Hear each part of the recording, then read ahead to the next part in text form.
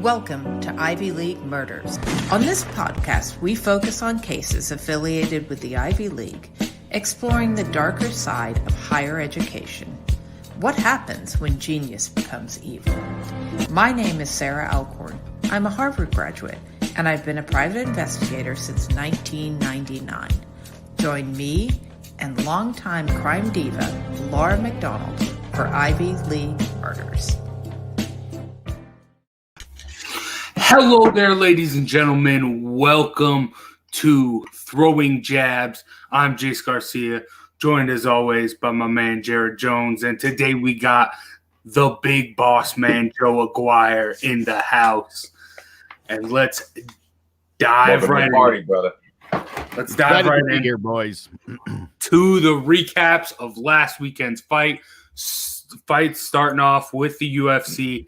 Alistair Overeem reaches down and finds the fountain of youth as he knocks out the young and hungry up-and-comer Augusto Sakai in the 5th round. Jared, we talked a lot of I don't want to say we talked smack, but it was unanimous last week that this was the end of the road for Overeem, and Sakai was going to get it done fairly easily. So what do you have to say to that? When you say it's one of those anything can happen type of fights, and so Overeem has a chance, like a puncher's chance, based on you're not thinking 5th round knockout. When you say that, you're not going, this is going to be a 5-round battle, and then the old man's going to get a knockout. That's not what's. This is not what I thought I was going to see. No. And Overeem looked good. I mean, he looked, for all intents and purposes, especially for his age. I mean, they've got him listed as a top 5 guy. He looked like that, and I didn't think he would. Yeah, it's funny because for me, I've been watching this guy for a long time. Big fan. Kind of thought he was done. This fight was really interesting. He got off to a really slow start, and I thought early on that you guys were probably right about that. I also thought Sakai was kind of on the slower side. I was just joking. I mean, he's got like the weirdest dad bod in all of MMA. And, he came across to me a little, on the blitzes, he came across to me just the slightest bit slower than I think what we're used to seeing with him. And, again, Overeem, a great defense, but I don't know, and into that 5th round with some of those weird takedowns that Sakai didn't have any defense for, which, again, you would think a younger fella going up against Overeem would have more energy late. I was really surprised by that. I don't want to blow Overeem up too much because I'm not sure that this was his best fight. I mean, I don't know. I thought Sakai lost this more than Overeem won it. All right. That's an interesting take. Yeah, I think Overeem did what he had to do. He's been in this position before. Sakai hasn't been in this long of a fight since maybe Bellator. Overeem, it was just the experience game that I think won him this. But I want to start off with you, Joe, here. Who do you think Overeem should fight next? Well, for me, this is an easy one. There's someone looking for a heavyweight fight, and Overeem's looking for a big name to take in his next fight. I think John Jones makes all the sense in the world. My thought being, look, these two go head to head. Let's say Overeem can beat John Jones. You put a GOAT on that record, it just cements Overeem's legacy. John obviously needs to move up. I don't know who's going to give him a chance. I know Dana's not going to give him Stipe or anybody in the top 3. So I think this is a good fight for him. If he beats Overeem, you're basically handing the torch to the next guy, which I think would be great for the sport. I know he's not had some issues of late. Hopefully he can sort through some of that. I know you got a lot to say on that, Jared, and I certainly don't blame you for it. But to me, this is the perfect match. I think this would be a fun match. John's not exactly a knockout artist, so I think that would make this a really interesting fight. Love to see this thing on the ground a little bit. Overeem showed me a lot, too, as far as his defense. I think that would be a great match for John to move up into. And again, if Overeem can win it, what does that do for his legacy? I think it's not enough. Not enough. It's not the fight you want if you're him, because everybody's going to just point to how much bigger you are than him. I want this guy to fight another big guy. And I'm not sure Sakai lost more than Overeem won, but I will say we found out more about Sakai. And I think that was this kind of fight for him. He has the loss to Cheick Kongo. He beat a 78-year-old Andrei Arlovski that we didn't know who this was. So he runs through Overeem. There's a sense that he might be that guy. He didn't get the job done. And that's the bottom line. And the next fight, I mean, I'm a much bigger fan of the Derek Lewis, Francis Ngannou, Walt Harris. Big guy for Overeem. I agree with Jared. The first name that popped into my head for what's next for Overeem was Derek Lewis, just because they haven't fought yet. And like in the heavyweight division for the since Overeem has been in the UFC, you have to get through Overeem to get to a title shot. And they haven't fought. Derek Lewis, whatever happens with Stipe and Ngannou, because that's what Dana White says he wants to make. He said Derek Lewis is on the outside looking in for that. So that was the first name that popped into my head. And then before the show started, when Joe brought up John Jones, the more and more we discussed it a little, the more and more I love that fight. Like Joe mentioned, John Jones isn't a knockout artist. Overeem, he's had some rough knockouts. He's had, I don't even know how many fights, from UFC to kickboxing and everything in between. This man has some miles on the tank. So there isn't too big of a risk there.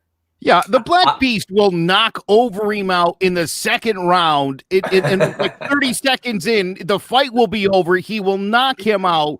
Plain and simple. I don't think that's a good fight for Overeem at all. I think it would be a great fight for Lewis, but I don't think that does it for Overeem. I think if he beats John Jones, I think it would speak volumes about his skill set, where he is at age 41, and I think puts him in a better position. He's going to lose to Derek Lewis. That plain and simple. He's going to get knocked out. I just don't like fights with built-in excuses. And if I'm Jones and I beat Overeem, it's because he's old. I don't disagree with you, but fact of the matter is I think John Jones will beat him. I really do. I think John Jones will beat him, and I think it's the kind. Listen, and if John loses, then John knows where he belongs. That maybe you don't belong with the big boys. Now, me too. Now, when I say I don't like fights with built-in excuses, I mean that completely as a fan, because as a fighter, I love fighting a guy that's like 6'5", 280 that everybody thinks is gonna smash me. Because if I do anything besides get knocked out in the first 30 seconds. I come off looking like a champion. So I love the built-in excuses if I'm fighting. But as a fan, I don't want these guys, one really old guy, to fight a relatively speaking smaller guy. And then they both kind of have that it's not a big enough notch for either one of them. I agree with what you're saying about Lewis. It's a next step fight when at his age, he needs the fight that's going to get him the title shot. So to take a fight where you're in all likelihood going to get knocked out, I think we'd all say Lewis would knock out Overeem. And not really make that jump, you'd have to fight Ngannou after that. So unless you're getting Ngannou, I think that's and money-wise, who doesn't want to fight John Jones? I'd fight John Jones for what they're paying him. Sure. And I wouldn't make it through that 30 seconds. But if I do, We come off smelling like a champion. So again, I think for Overeem, I think it's another good payday on the way out. And again, really, if you beat the guy, you could say, I mean, right, because he's beaten just about everybody. And I think it would be nice for Overeem to include another huge name on the list, possibly, a pound for pound all-time great. So I think there's nothing to lose in here for Overeem. I think for John, it either puts him back in his place or it's the beginning of the heavyweight career. Well, and just a shout out. Overeem is like a fan's fighter. Yeah. This guy won't duck Lewis or try to fight somebody else. This guy has been awesome for us as fans. In boxing, Jamel Herrig retained his Alphabet Junior Lightweight title over Jonathan Akendo after the fight got stopped due to a cut on Herrig's eye from an accidental headbutt in the 5th round. So Akendo was disqualified. And my initial reaction is ugly fighter, ugly fight. This guy went 31-6, running headfirst into people and using everything and no disrespect to him.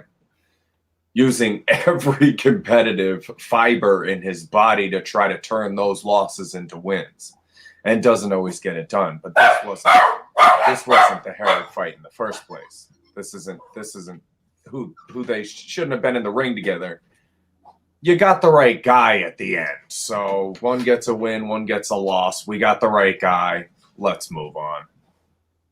I think it's interesting you called it an accidental headbutt because the referee certainly didn't deem it accidental. He used the word intentional twice, which is what led to the DQ. So, I like Akendo. My brother actually is a big fan of his fighting, talked about his awkward style and how it doesn't match up well against lefties generally, that it's an awkward fight. And you certainly saw that. Weird because, I know pre-fight Akendo talked about establishing that jab, and I don't think threw one around. It was insane. He was landing 17, 15, 16% of his punches, and he landed more headbutts than anything else, it seems. So ugly fighter, ugly fight.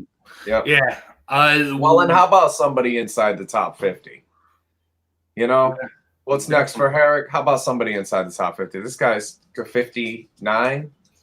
I mean, that's, again, to call this a title fight just doesn't make sense. Also, that wasn't the best performance we've seen from Herrig, but by any means, really. But also, we have to go. You have to look at the circumstances around the world with the pandemic. Also, the fact that he tested positive for COVID twice, and he watching that and watching the fight, I was like, this doesn't really look too much like a world beater. He's in the junior lightweight. If he were to go up against Lomachenko, he was that's not even a fight. That's so would a lot of people. Yeah. So would 99.9% of boxers. But Joe said, Akendo is a really awkward fighter. So I don't really expect anybody to go in there and really look good and crispy against him. Yeah, too. I heard after the fight some people suggesting Herring really wanted out of that fight, and I do think that there is some truth to that. But I think the headbutts were very much the reason why. I think anyone, especially southpaws, when you're in a fight where you're getting headbutted constantly, opened up twice, and as soon as he said he couldn't see, the ring doctor was kind of in an awkward position, as you know, Jared. I mean, you can't send a fighter back out there if he can't see. You have to stop that. You have to stop that. Without it was question. unfortunate, but I do think Herring wanted out of the fight, but I don't think it was because Herring didn't think he could take him. He didn't take enough of those where, you step back, throw the where he dropped him, I think in the 3rd round with the uppercut. I mean, right on the button. It was shocking. He didn't employ that move more. And again, as I said, Akendo, who talked about establishing the jab, I literally think didn't throw one until the 5th round. It was insane. He thinks I think he thinks you jab with your face. Perhaps. I was reminded at one point of Riddick Bowe, actually a personal friend of mine. Just to name drop. Riddick Bowe, Andrew Galata. You ever see that fight? I remember that fight very well. He hits Bowe low, and then he hits Bowe low again, and then he just starts aiming for the guy's testicles. And it's one of the worst displays of sportsmanship you've ever seen in your life. And Bowe is winning the fight. So it's like you don't want to rob him of the victory. It turns it to a point where everybody just wants him to kick this guy's ass. And he's doing it, but he pissed blood for 3 weeks after that, So you got to get him out of there at some point. And they did. They ended up DQing Galata. But there was a point where it was just like, that's how it felt. It's like, when do you get this guy? He's not going to win the fight, and he's not going to bite the guy's ear off. So where do we draw the line and say, okay, that was too much? Yeah. Leading with his face is a good place to start. Other boxing news, your Dennis Ugas defeated Abel Ramos by split decision, 115-113, 115-113, 111-117 to win the vacant Alphabet welterweight title. Now, I always say Alphabet because I don't want to give these sanctioning bodies, these crooked sanctioning bodies, any more airtime than they get. But I'm going to say WBA today because they should be absolutely ashamed of themselves. Having two guys that there are 10 guys without question that would beat either one of them inside that weight class. And calling it a championship fight. You should be ashamed of yourself. Yeah, also the fact that they're saying this is a vacant title that Manny Pacquiao has, as well as this is also the third WBA champ because they also have an interim champ. I'm gonna say this. It's going on. Bro? It's garbage. And then I'm gonna say this a few times, and this is a catchphrase for the day. Fighting about money is not fighting. Fighting about money is not fighting. It's not. It doesn't count. Garbage. And that's what they're doing here. They're fighting about money and going back and forth. And this division is absolutely stacked. This was also, I have to ask, the 117-111 for Ramos, what fight was that guy watching? This was a close fight. I don't think I've ever seen a scoring differential this what? Yeah, 113, 115, 113. And this guy's like, I saw 175-8. That's what I saw. I mean, is that referee the Washington Generals lost? Yeah. Yeah, that was shocking because I think Ugas definitely just outboxed him. I thought pretty much all the way through the fight. If you didn't see it 115, 113, I think you saw it 116 or 117, 111 the other direction. I did have. But 29 versus 11, it's just a trinket for the best guy in the ring that night. Yep. Somebody's going to win. It's not a title fight. Stop calling these title fights. It infuriates me. I'll probably talk about it too much. Ugas is not a welterweight champ. You put him in the ring with a Danny Garcia. You put him in the ring with an Earl Spence Jr. You put him in the ring with a Terrence Crawford. He can't hold their jock straps. Like I said, 10 guys, unquestionably, that we could all run through their names one at a time, and you'd go, oh, yeah, Ugas is in trouble. He's in trouble in that fight.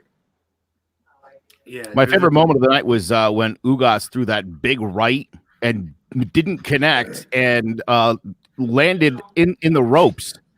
One of the most awkward swings I've ever seen in a boxing ring. He looked like did you guys know what I'm talking about? You saw that punch he threw. Oh my goodness! Whoa! Any other fight that would be a meme after, but no one tuned into this fight. That's just goes to show, right? Big Jace coming with the guns today. Yes, sir. Yes, sir. All right, before we get on to current events, here's a little word from the Cross'em Wrestling Entertainment Podcast. The Cross'em Wrestling Entertainment Podcast, presented by Clovercrest Media, is what you AEW fans have been looking for. Noah Cross and Tyler Bard give their take on every week's episode of Dynamite. If you are a massive AEW fan, then it is time to join us every Sunday at noon Eastern Standard Time. Stay Cross'em. All right. Let's dive into some current events. I got a juicy one off the rip. Dustin the Diamond Poirier pulls out of UFC 54 fight with Tony Ferguson due to contract disputes with the UFC. Boy, like, why? Why does this have to happen? This was going to be a phenomenal fight. Jared and I talked about this when it was announced. Like, this is a great fight. And now, because of contracts and money, it's getting taken away from us. You remember the catchphrase for the day? Yep. Fighting about money is fighting. not fighting. Yep. Please stop doing that. Yeah, what a bummer, man. I was really looking forward to this fight, like, big time. I love Poirier, but Ferguson, it was coming off a loss, but my goodness, what a great fighter. I think that's why this is the best division in MMA. I think it's why it's the most exciting. It's the one I think people are most into, and the biggest names in the sport are all coming out of that division, and with good reason. It's really unfortunate. I think Ferguson would beat Poirier. I don't know where you guys stand on that. I'm a big Ferguson fan. I take him. I had to. But Okay. boy, oh boy, styles Great make fight, fights, and this would have been a great fight. This was also going to be the co-main event of Gaethje versus Khabib. So there were also, say someone doesn't make weight or something, there were title implications kind of hanging in the balance here too. So that really, really stinks. Hopefully, maybe the UFC can get something done to make it happen, but I'm not too hopeful. Wouldn't hold your breath, yeah. Well, Because they'd rather fight about money. Yeah. How unfortunate, dude. I mean, For the fans. big time for the fans, especially given the current status of the country, in where you need stuff like this. And again, If ever we've needed it. It's very disappointing to see, the terms, we couldn't reach terms, not enough money or whatever the deal might be. It is really disheartening for fans, especially as you're trying to get more fans back into these events. That's not the way to endear yourself to fans who are really looking forward to, and I think you've seen it in all the sports across America, how important it has been to deal with the pandemic we're living through, to have great entertainment, great sporting events, and very disappointing from Poirier, I think. Yeah, this is from a fan's perspective, this is wildly disappointing. Fighting about money is not fighting.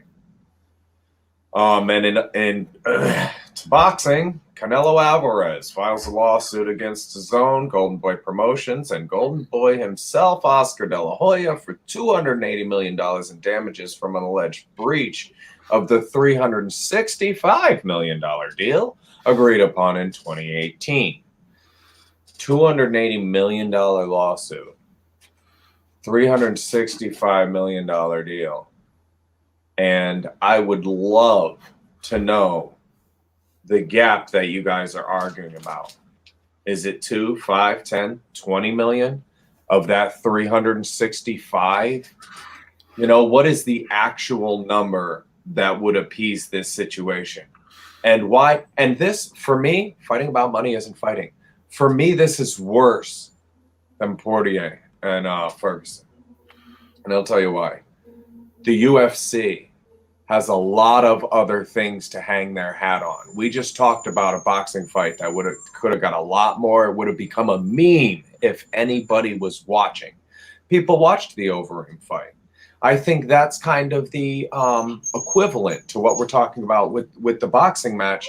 But boxing doesn't have Oscar De La Hoya's and Canelo Alvarez's running around in every weight class. We don't have that like the UFC. So while the UFC should also be not be comfortable with money causing the fighters not to get in the octagon with one another, they have something. They have other superstars to fall back on. With boxing, these are two of the, percentage wise, relatively speaking, to the UFC. we don't have enough of these guys for you guys not to be making fights because you're squibbling over a couple $1 million. I know I say it like I have, but I mean, you're talking about there too. I just can't. I can't. Fighting about money isn't fighting. Stop. Please stop. Yeah. So this makes a lot more sense why Oscar De La Hoya wants to come out of retirement. I thought it was because he just needed more money for more cocaine, but it seems like he needs to pay Canelo Alvarez here.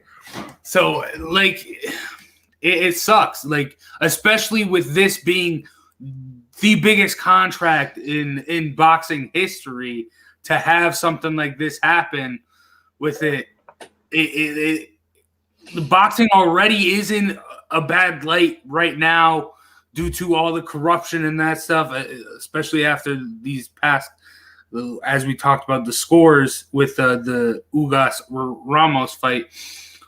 Boxing is already getting eclipsed by UFC slowly more as the days go on.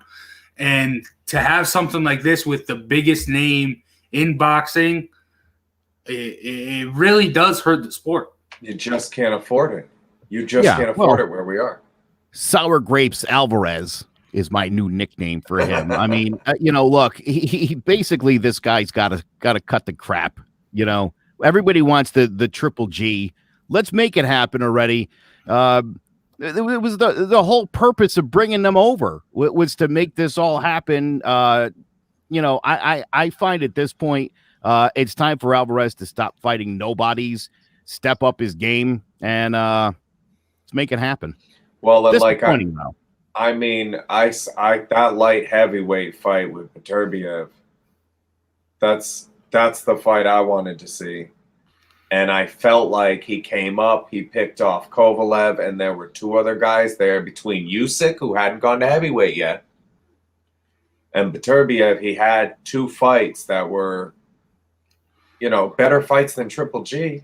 Can we agree on that? And Triple G is a great fight for him. Don't get me wrong. I love Triple G. He's a little bit aged, though. And if I'm getting the fight I want, it's up at light heavyweight. Did Canelo look bad at light heavyweight? Did he look like he should go back down? Why would you go back down? Is there more money in the lower weight classes? And I just don't know about it yet. Because that doesn't make sense to me. There's always more money the higher weight classes. He came up a weight class. Why do you go back down? Did you look small? Did you feel weak when you outboxed, outpointed, and punished Kovalev, one of the boogeymans of the division? But I get all that, Jared, but this always was a little bit of a cherry picking fight for Canelo to come up. Like, you look at Kovalev's age and how he already had spoken a little bit about maybe hanging it up and how he wanted a money fight. No one bigger, foot out of the ring. No name bigger in the game right now than Alvarez. That makes sense. But also, like, there are some great names from the fight at middleweight. Charlo, Triple G, obviously. We've talked a lot about Andrade on this show, who's another name that people are sleep on a lot. So I think there are fights to be had at middleweight, and that was always going to be a cherry pick fight for him. Going up, taking on Kovalev. Yeah, not it. No. Not it. That's not it. If he's the guy, he should be fighting the other guys. Like, I don't like it. I don't like it because we're not talking about, when's the last time we talked about Canelo's fighting? He's good. He's at the top of the game. And we're talking about paperwork and, excuse me, bullshit more than we're talking about what he's doing in the ring. It's garbage. And we don't have it in boxing. You remember Charles Barkley, I am not a role model. Like, you've got to, it's especially boxing right now, you've got to pick up the reins on this. If you're Canelo Alvarez, you can carry this sport to the next level. Floyd, love him or hate him, as an entertainer, he carried us to another place that we weren't going to make it to. I think Scrub Scraps can carry boxing to another place. Canelo Alvarez, please stop doing that. Because every demographic, and I don't want to get in trouble for saying this, but it seems that every demographic have these people that hold us back or don't feel like they do enough. I know a lot of people were really hard on Tiger Woods, that the Asian and African American communities, you could have bridged a gap. You could have been a beacon of hope. Instead, as another half Asian, half African American said, you were a tiger in sheep's clothing. Canelo, no disrespect as a fighter, but you have an opportunity here to pick up the reins and carry the torch for a sport that desperately needs a few guys to do it. Desperately needs it at this point. I mean, seriously, bad. It's really bad. And this is just another black eye to the sport. Yeah. True. Yep. Now, we don't. I didn't realize how funny that was when I said it. Another black eye for the sport, a sport that obviously specializes in black eyes. Literally, no pun intended. All right, we don't have any fight announcements to announce this week, so we're bringing back a segment from way back when. Who you got, and who you got for this week, or who you got for this week? We're gonna start off with you, Joe. Who do you have as the number one pound-for-pound fighter, not just in boxing, not just in UFC, in all of combat sports? Who you got, Joe? It's just tough. This is a tough question because if we were talking boxing, I think Terrence Crawford or Lomachenko are definitely at the top of my list. In the MMA, John Jones, I think Stipe Miocic are always names that have to be considered.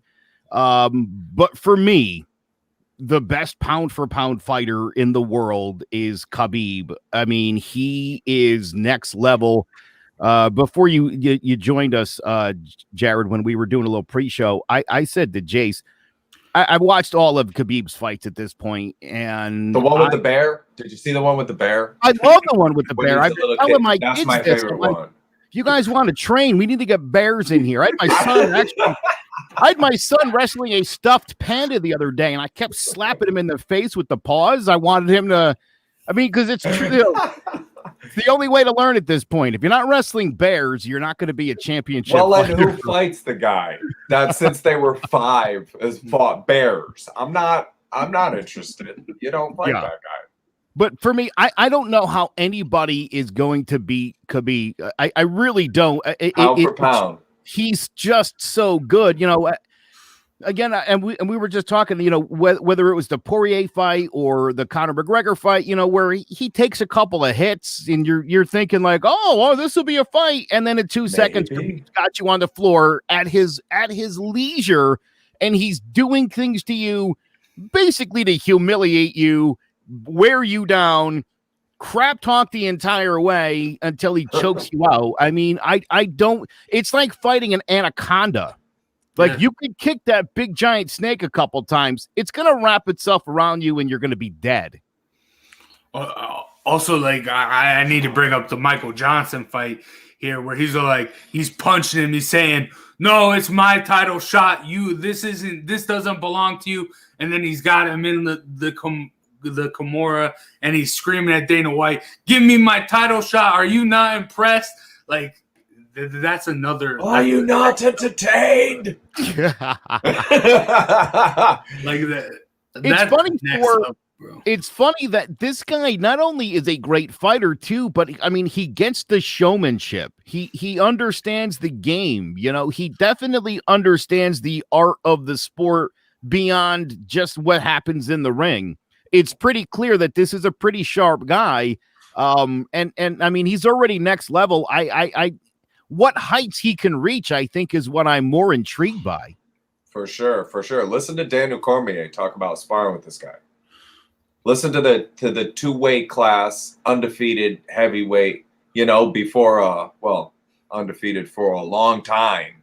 And this is a training partner of his. This like medium-sized guy trains with one of the biggest dudes, baddest dudes on the. So when you say pound for pound, he's got to be in the conversation. Who do you have, Jace? I'm sure Joe already name dropped him. If you didn't have Khabib. Oh, I was gonna throw a curveball. I was gonna go, and I still am gonna go, the Lioness Amanda Nunes. Okay. Can you name another female fighter in all of combat sports that knocks women out like Amanda Nunes? Can you name another athlete in all of combat sports that has beat every champion from 2 to 3 divisions? Not for nothing. Jared, real quick, before you jump in here, again, he and I talked a little bit before you joined his pre-show. I also have Amanda Nunes on my short list. And listen, I understand you're talking women's combat, but if you're talking best pound for pound and you're talking total domination, I mean, you've at least got to put her name in the conversation. I think right now she's that good. It's a shame that her and Rousey never got on the same page as far as being good at the same time, because that would have been it would have been much more interesting than the post Holly Holm Ronda Rousey, who was kind of a mess. Yeah. And also she's constant too. She's fighting multiple times a year. She isn't taking time off. She fights at least 2 to 3 times a year. She defends her belts, both her belts, bantamweight and featherweight. But also, the fact that every time she fights and she dominates, she knocks these women unconscious. The fact that every time it gets after that fight, it gets brought up, hey, what would it be like if she fought a dude? That's breaking barriers. That gets brought up after every single one of her fights. Yeah. And honestly, I think there are a lot of male fighters that she could beat. A lot. So a lot. That's my pick. I think because she doesn't have a penis between her legs, I think that takes away a lot from a lot of people, and she deserves to be at least, if not the number 1 pound for pound, she deserves a lot more respect and to be in the conversation a lot more. A very, very honorable mention. Zhang looks great. There's times we had Rousey there. There's times we had Cyborg there. But yes. And she beat both of them. Yeah. Knocked them out cold. Absolutely. She deserves a very honorable mention. And before I answer this question, I mean, we've got to establish how are they fighting? Is this like anything goes, just no weapons? Is it a fight? Do they have anything on their hands? Is it just trunks? Well, and a top if you're Nunes. I mean, how are they fighting, Jace? How are they fighting? Within the confines of their sport. But you can't do that, because then is it a boxing ring or an octagon if I have Loma and all right. I'm not saying it's a fight. I'm saying who's best pound for pound. I'm saying who is the most dominant in their sport. And relative to their sport? Yeah. Katie Taylor. Also deserves an honorable mention, is what I was going to say. I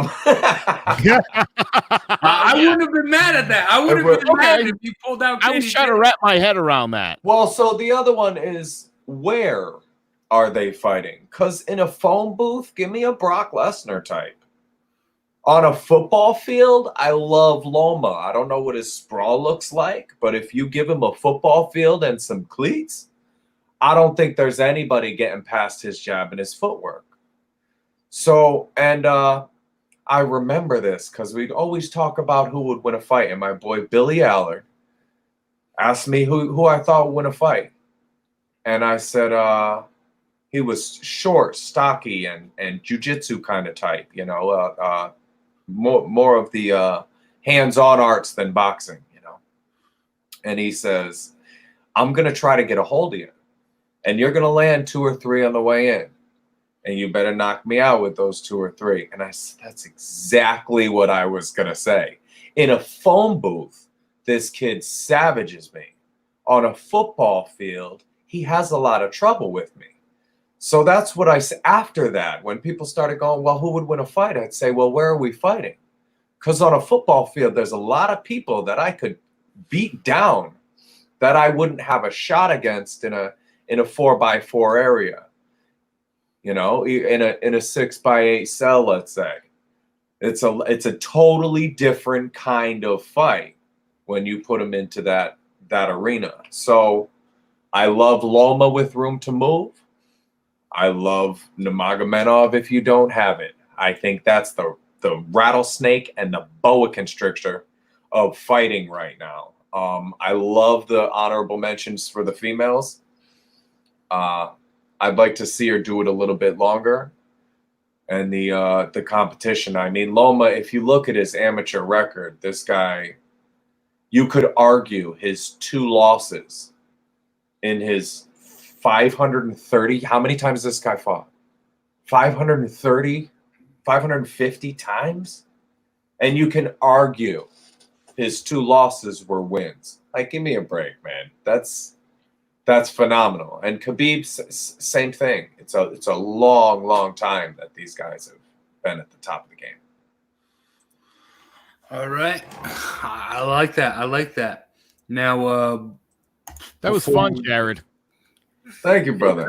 I got a fun story. That's the best. It's funny when he asked that question initially, my thought was the same as yours. Like, well, what's the venue? But he was like, no, just respective to their sport. And I thought that's always interesting because, I'm a big baseball fan, and it's hard to compare the 2020s to the 2010s to the 50s, the 40s. It's, and obviously the same thing, right? I mean, for boxing, for the most part, boxing's been the same. Obviously, there's, changes to the overall maybe speed of, but boxing has been boxing for a really long time. I don't know that there's been a major difference in the beginning of boxing to where we are today. Oh, there is. And it's every sport. I mean, there's not major differences in running from the beginning of time than there is today, right? We still put one foot in front of the other. Sure. But if you look at the times for the Olympic, for the fastest guy in the world, we're consistently breaking that record and finding ways to get a little bit better. And that's happening in boxing. It's just harder to see. Fair, but again, you look at the, Jesse Owens. I don't know if people know this. In 1936 in Germany, I mean, he ran on a charcoal track. It was basically burnt charcoal. That's what they used to run on. And I saw a TED Talk recently where they talked because, based on his time in 1936 in Usain Bolt's last time or world record now in the 100, Jesse Owens would have been 14 strides back. If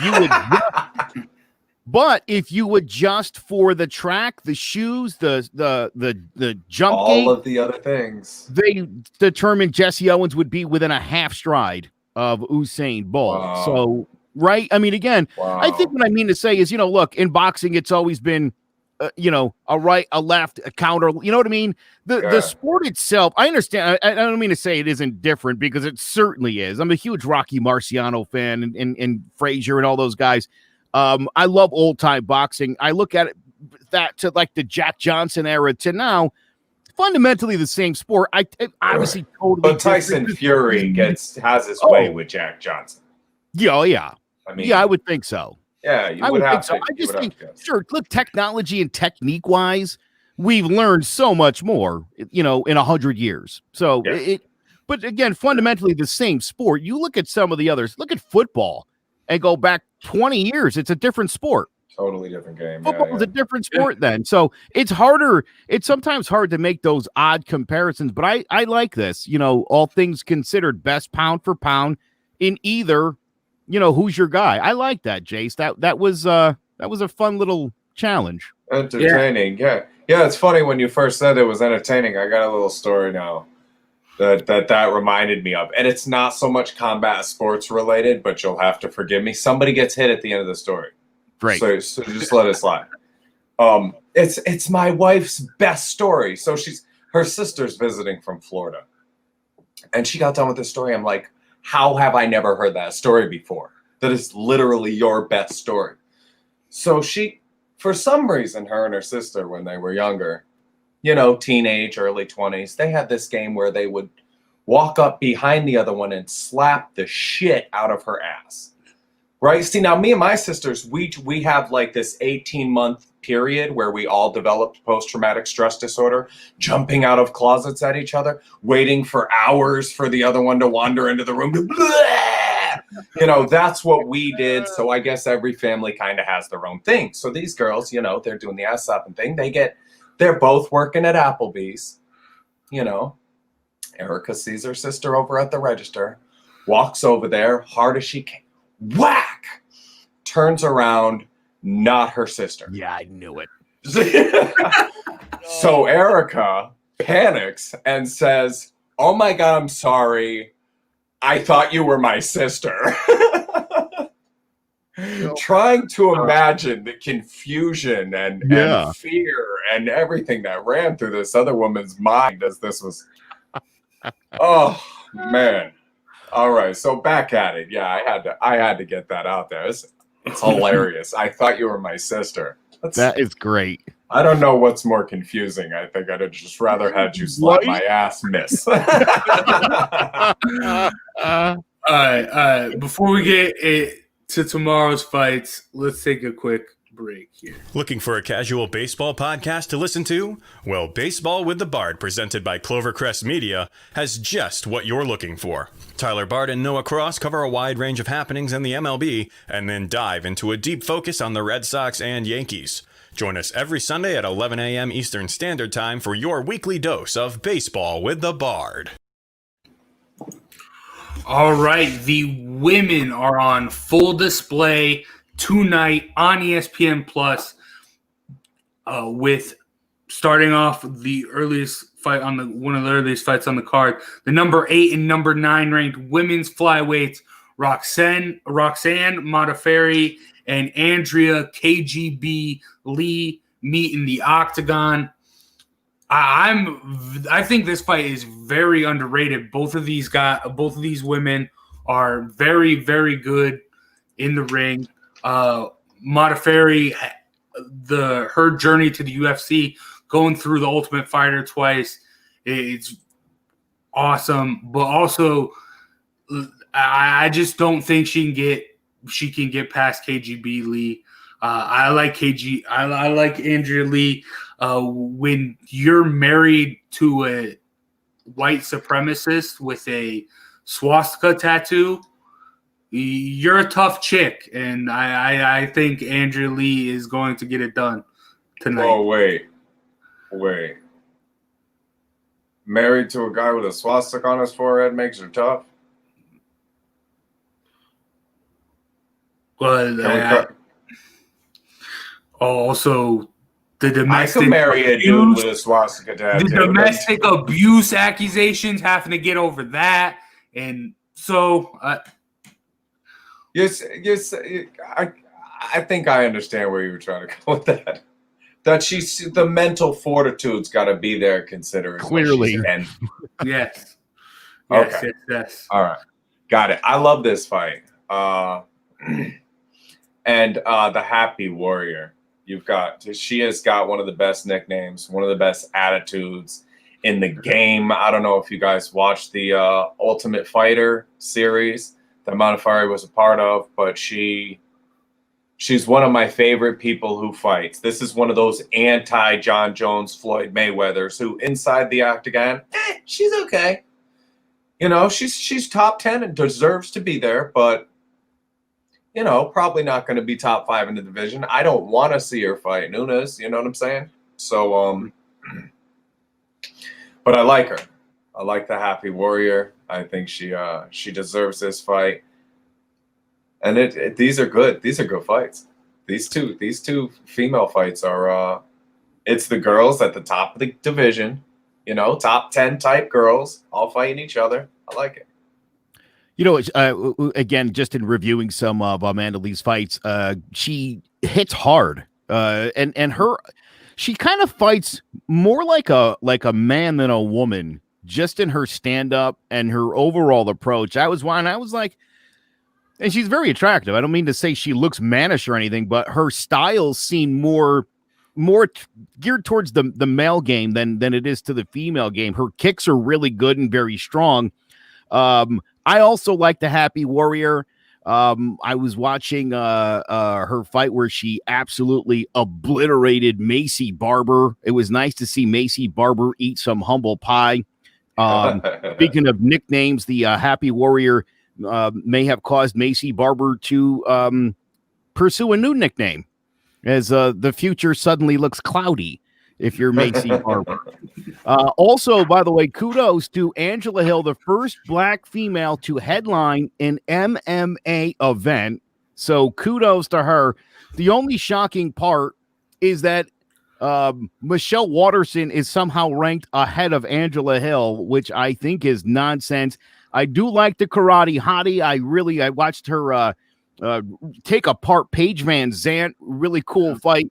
But I think Angela Hill really coming off a loss against Claudia Gadelha, a fight I thought she won, and a fight that in watching the contrasting styles, I think Angela Hill, if she can get her hands on Michelle Waterson, will pulverize her in this fight. Just to throw a nickname out there, Judgment. Claudia Judgment. I like that. Very good, all sir. Right. The master of the nicknames. I totally agree with you, though. If you had said one of these girls is in the top 10, I'm saying Angela Hill all day over Waterson. See, I like them both. This is going to be a great fight. Michelle, they both have fought the who's who of that division. This one's really, really tough. I'm gonna go off more like recency bias. Michelle Waterson has been at the top of the division. She's a couple fights removed from being talked about going after the belt. So I like it, and also Joe, I like that you brought up going to the ground. I do think Angela Hill does have the advantage, but also Karate Hottie, don't let that nickname fool you.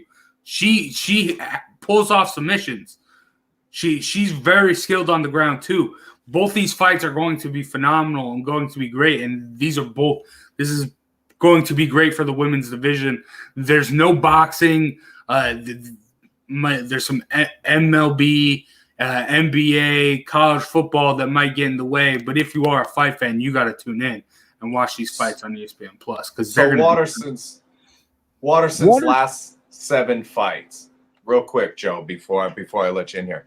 Since that Paige Van Zant win, a loss to Rose Namajunas, a loss to Tisha Torres, beat Courtney Casey, Felice Herrig, and Carolina Kolasinski, then lost to Yen Jacek and Carla Esparza.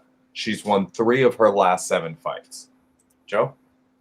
Yeah, I was actually watching a fight she had against Lacey Shuckman, and what surprised me. Look, Waterson will get you to the ground, and she's certainly a submission artist.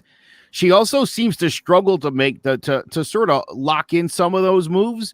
In watching several of her fights, where rear naked choke or whatever, I saw a lot of those get broken, and it just makes me think that Waterson, I even saw her straight up punch Suckman in the face there, and it didn't seem to have much effect. She also kicked her in the head twice, flush kicks twice, and didn't knock her down either time. So I think while she looks like she's doing a lot of the right things, and I just don't think she hits hard enough. I don't think her hits her strikes are strong enough to do enough damage. She's definitely, if she can't in some ways submit you, I think it makes her vulnerable. And I think against Angela Hill, I think she's going to get exposed here in a big way.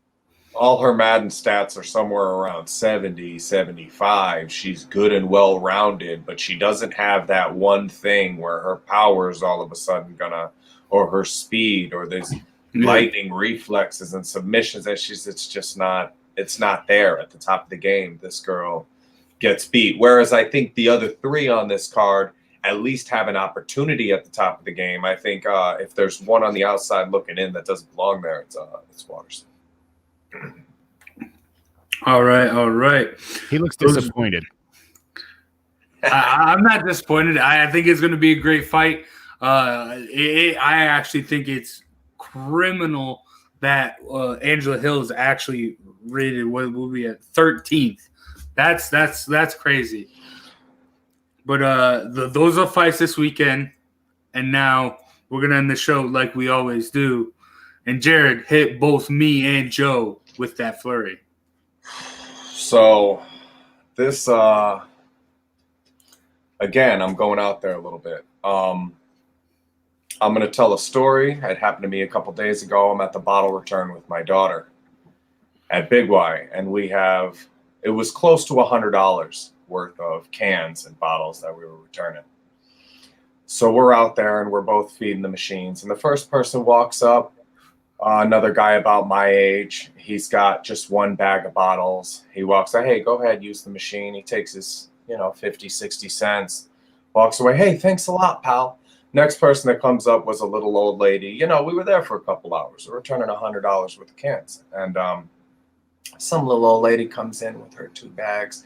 And I'm like, why don't you go ahead in front? She comes in front and she does hers and takes her $1.50, $2, and she walks in and returns her stuff. And now our pile's getting lower.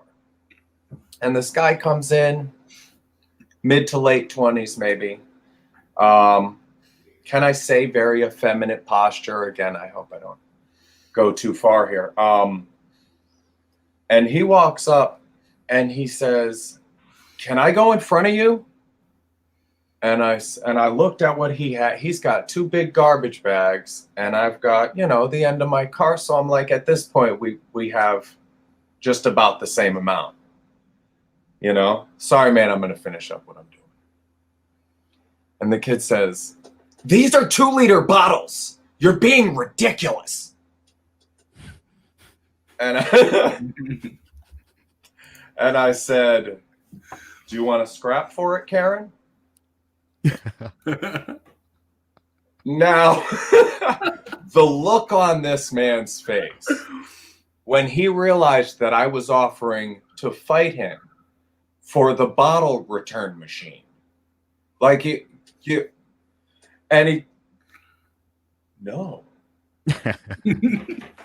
And he turned around and walked and waited outside and said something that he turned to another lady out there. Did you hear what happened in there? That guy is off the wall or something. And I said, hey, I could come out there if we're not done talking about it. And again, he looked like he was shocked at the prospect of turning that corner. I had skipped so many steps. And at that point, my 13-year-old daughter walks over to me and she puts her arm around me and she whispers in my ear, Dad, please don't say anything to this guy on the way out. I could probably kick his ass, so you don't get any points for it. And this calm washed over me, right? The big human, and this is why we're talking about it, part of my brain, the frontal lobe, that thing we have that no other animals have, started to override my animalistic instinct because I was being challenged. Had we been any other animal besides human beings on the face of the planet, and I had something you wanted, and you got aggressive and challenged me, you barked and I barked back and you barked, and then one of us offered to fight the other. We were going to scrap. That's just natural selection. That's how it works if you're any other animal. You wanted something I had. I said no. You asked for it again. You got a little brolic. A fight is the next step for anybody but human beings. And as a human being, he looked at me. He was shocked. I had skipped all of these steps. Now, when I tell you that I skipped those steps inherently, Post-traumatic stress disorder is what does it for me. But other people have trauma and addiction to where they, from a humanistic standpoint, they seem to be skipping a few steps and getting right into that natural selection, survival of the fittest mode. I promise you, I am not the only one. These people dwell among us. They skip steps, and they need a way to do that in a healthy way when the other person says yes. If he'd said yes, there's no reason for both of us to get arrested because we had that little run-in. This is Scrub Scraps. This is what Scrub Scraps is. It's a place for those people, and I promise you there are a lot of us. This started as a fight club where we just got together and beat the shit out of each other and didn't have any sense. And I went forward and got my master's in psychology as I was running this fight club. And so things started to intersect and not fit together as well with us just beating each other up. And there was some point I was sitting down with my little brother Dizzle, and we were figuring out that we were getting that demographic. That 85 or 90% of the people we were drawing in were that demographic. And we're having the conversation. I'll never forget what he said to me. He said, "Brother, we get the school shooters.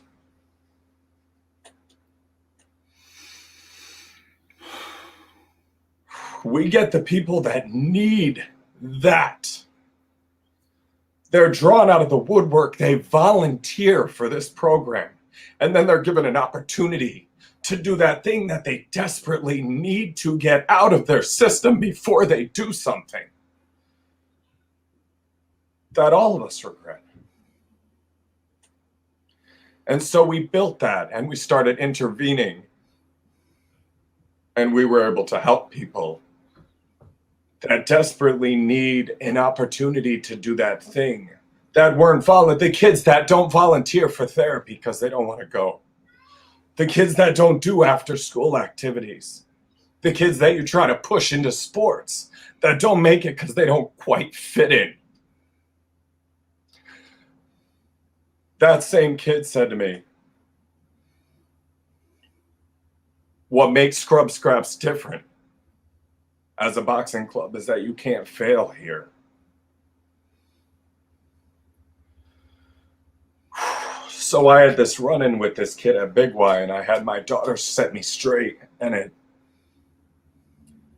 when that calm washed over me, I was reminded of Scrub Scraps and some of the work that we've done and how important it is for people like me to have something like that.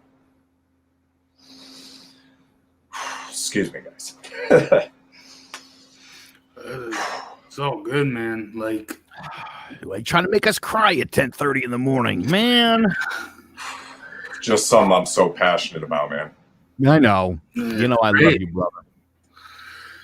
Yeah, and I was actually recently on another CMG podcast, the chat room. I was open about my struggles with depression, and through high school, like sports was football, basketball, wrestling, did track too. That kept me like okay. But then once like you get into the real world and you don't have football, you don't have all this stuff anymore. You're not a part of a team anymore. Yeah. Yeah. And you kind of like lose your purpose. And that's what really brought me into the depression. And now thankfully I found podcasting, which has helped me a lot, but there needs to be other avenues. And I think Scrub Scraps is a great way for someone to do that. So I mean, this whole segment of the show is based because you are so passionate and that we need this. But like, yeah, I thank you. That was. Thank you, brother. Very good. Well, you know me, Jared. I'm a big Scrub Scrap supporter, and it is such an amazing organization. And Jace, you don't probably maybe not even know this. I've conducted some interviews for the official relaunch of Scrub Scraps, and I've got to tell you, I have cried through just about every single interview that we've done. You know, you're changing people's lives, man. You know, and that's what it's all about. You know, you're not on this planet for a long time. And I don't know what happens after you leave this place, but while you're here, make the most of it, make a difference and be positive and help people where you can, you know. It's as simple as that. And you know, Jared, the work you're doing is amazing, and it's a pleasure to be a part of it. So thank you. Thank you, brother. I appreciate you guys. All right. Thank you, man. Before we call it a show, this podcast is brought to you by Clovercrest Media Group. Are you passionate about a subject? Do you have a gift for the gab? Are you interested in putting that all together to start your own podcast? If so, check out Clovercrest Media Group. Come and join the CMG podcast family. You can find all the information you need at clovercrestmedia.com. Clovercrest Media Group, the harder we work, the luckier we get. Also, if you're not interested in making your own starting your own podcast, there are also a bunch of great podcasts there. The multiple ones that we showed today through the trailers. There's also anything. If you like, I mentioned the chat room. If you like just an interview, you're interested in murder mysteries. If you're interested in any sport, make sure you check it out. clovercrestmedia.com. Thank you, Jared. Thank you, Joe, for joining me today. It was a great show, and take care. And I hope to see all you guys watching next time.